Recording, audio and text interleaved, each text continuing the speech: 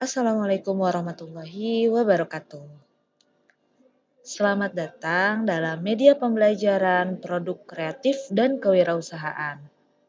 Nah, kali ini kita akan melanjutkan materi sebelumnya masih dalam bab 3 tentang haki dan sumber daya usaha.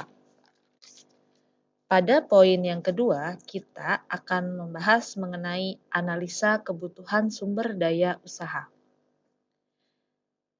Dalam bagian ini, kita akan membahas pengetahuan umum mengenai sumber daya usaha dan unsur-unsurnya. Hakikat sumber daya usaha.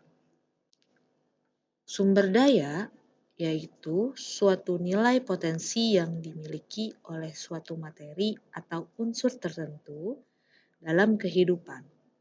Sumber daya tidak selalu bersifat fisik, tetapi juga non-fisik. Sumber daya ada yang dapat berubah, baik menjadi semakin besar maupun hilang. Dan ada pula sumber daya yang kekal atau selalu tetap. Selain itu, dikenal pula sebagai sumber daya yang dapat pulih atau terbarukan. Nah, kalian tahu tidak apa sih yang dimaksud dengan sumber daya usaha? Jadi, sumber daya merupakan kebutuhan untuk menghasilkan suatu produk, barang, atau jasa yang kemudian dapat diperjualbelikan oleh sebuah usaha. Menurut Zaki Fatoni, sumber daya usaha adalah sumber daya yang diperlukan untuk mewujudkan peluang usaha. Secara umum, sumber daya yang dibutuhkan dalam menjalankan usaha dibagi menjadi 4 kelompok. Yang pertama, sumber daya material. Kedua, sumber daya finansial. Tiga, sumber daya manusia. Dan keempat, sumber daya informasi. Menurut George Terry dalam bukunya Principle of Management, mengemukakan ada 6 unsur manajemen yang dikenal dengan 6M. Yang pertama yaitu man atau sumber daya manusia. Dalam manajemen, faktor manusia menjadi faktor paling utama dan menentukan.